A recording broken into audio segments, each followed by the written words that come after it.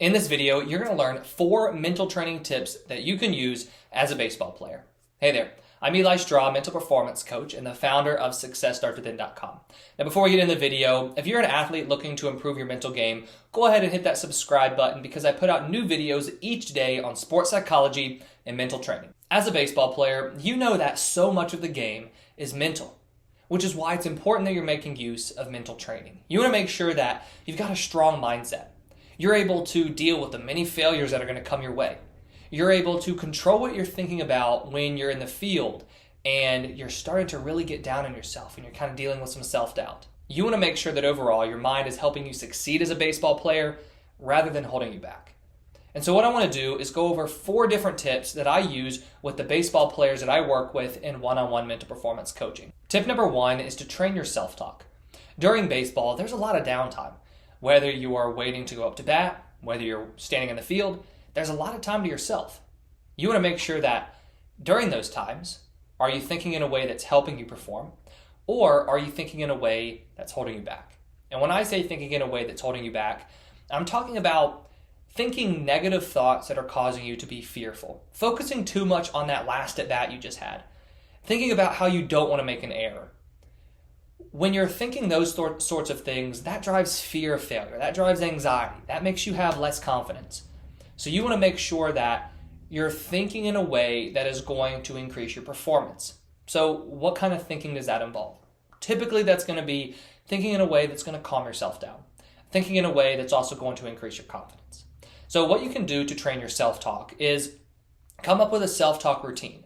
This self-talk routine is going to involve statements that you've identified that you're going to repeat to yourself every single day to work on retraining the way that you think. Then what you want to do is during a game, you want to apply those self-talk statements. So let's say that you're playing second base, you just struck out your last at bat, and you start to think about that last at bat. And then you start to think about how you can't strike out your next at bat.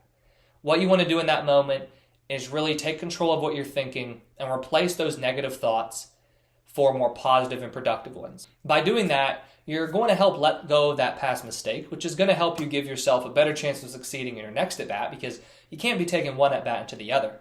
And then also what it's going to do is it's going to help you focus on what you're doing right now because in all honesty, that last at-bat doesn't matter when you're playing second base. You have to be focused on what you're doing right now. And self-talk can really help you with that. Tip number 2 is you want to use visualization. Visualization involves imagining yourself performing. So let's say that you're a hitter and you want to increase your confidence at the plate. Well, if you're in your dorm room or you're in your house or you're on the bus or something, what you can do is you can close your eyes, take a few deep breaths, and you can imagine yourself hitting. Imagine yourself facing a righty, facing a lefty.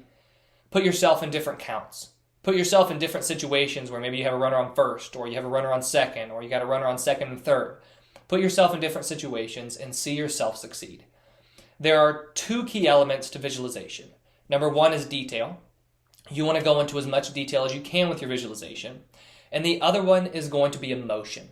You want to make sure that you're bringing as much emotion as you can into that visualization so that you make it real and also so that you really feel those emotions. And then another way that you can use visualization is actually during a game.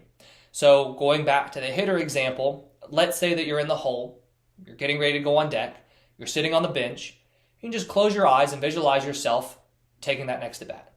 Or if you're a pitcher and you're in the dugout while your team is hitting, you can close your eyes and you can visualize yourself pitching. There are so many ways that you can use visualization, but it is such an incredibly powerful tool for you to use as a baseball player because it really helps to boost that confidence and develop that trust in yourself. Tip number 3 is you want to set performance objectives and then evaluate well.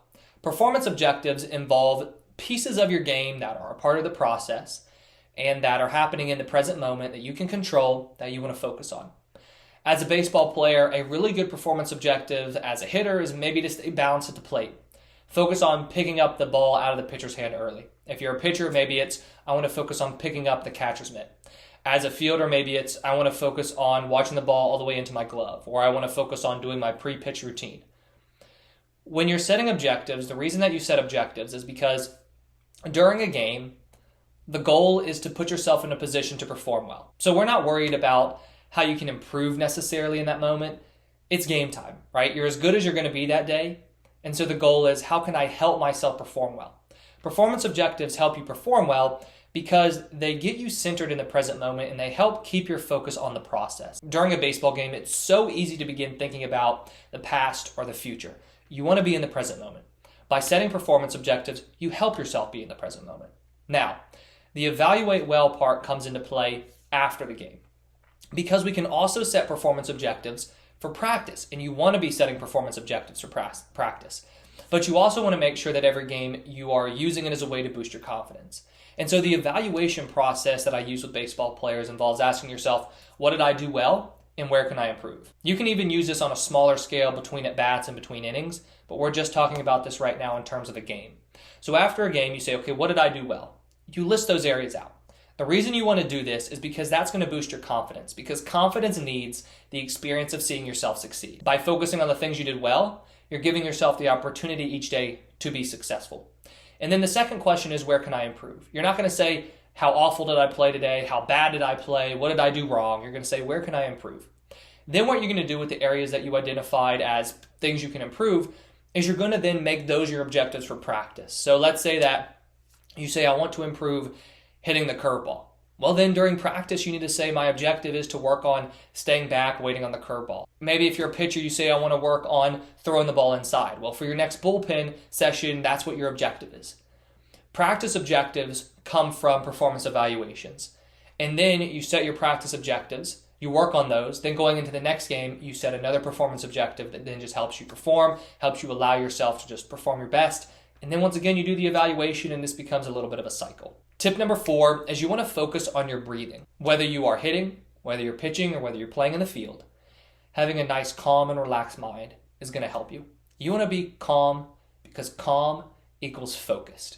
If you're at the plate and your mind is racing 1,000 miles a minute, you're not going to be as focused, you're not going to be as relaxed, and you're not going to be as good of a hitter. If you're on the mound and your mind is just racing with all these different thoughts, the same thing, you're not going to be your best. You want to make sure that you're getting your mind specifically nice and relaxed. One of the best ways that you can do that is by focusing on your breathing.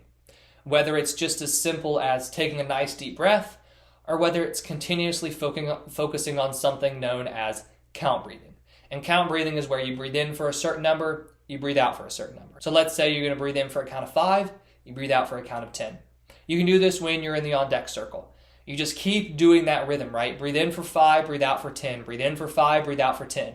What that's going to do, it's going to really help calm yourself down. Then let's say you're getting ready to step into the batter's box. Just once again, take a nice deep breath. You can do this before every single pitch if you're a pitcher. Just take a nice deep breath. If you're in the field, let's say you're playing left field. Just the whole time you're playing left field, between each pitch, focus on that count breathing because it's going to help you stay in a nice, calm, relaxed state, because a calm mind is a focused mind. And if your mind is calm, that means you're ready to make this next play. You're ready to make this next pitch. You're ready to get this next hit. So those are the 4 tips that you can use as a baseball player to begin training your mindset. And all of these need to be applied, and they need to be applied consistently. But if you do, that's going to help you build stronger mental toughness, which is going to then equal better success for you on the field. Now, if you're a baseball player and you're interested in one-on-one mental performance coaching, go ahead and click the link that I put in the description below to learn more. Thank you for watching, and I wish you the best of success in all that you do. I hope you enjoyed this video. If you did, please hit that like button and subscribe if you haven't already. We put out new videos each week on sports psychology and mental training. If you have any questions, please leave them in the comments below. If you're interested in learning more about one-on-one mental performance coaching, head over to successstartswithin.com.